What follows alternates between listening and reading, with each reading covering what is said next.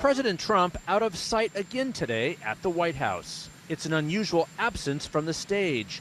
5 straight days without public events, as he considers one of the biggest foreign policy decisions of his presidency, whether to sign off on a Pentagon plan for a U.S. troop surge in Afghanistan. One of the things that he has asked his national security team to do is to actually rethink the strategy. The president is weighing these options from his military advisors on Afghanistan, strengthening the U.S. presence on the ground, sending up to 5,000 more troops, stepping up strikes against the Taliban, and increasing the U.S. financial investment.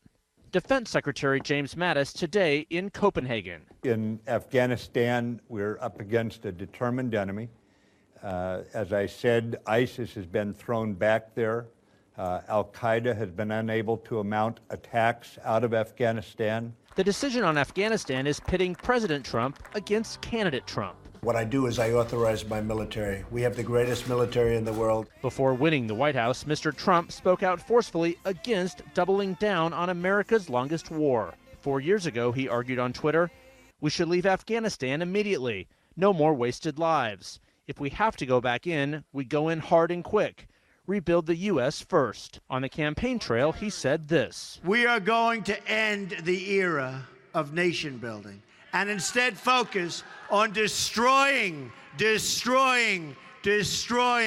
ISIS and radical Islamic terrorism." White House Press Secretary Sean Spicer said today there was no contradiction. The one thing that there is a difference between Afghanistan proper and our effort to defeat ISIS. And that's one thing that he was also very clear on in the campaign, that and as president, that he is going to do everything he can to fight radical Islamic terrorism, to root out and destroy ISIS.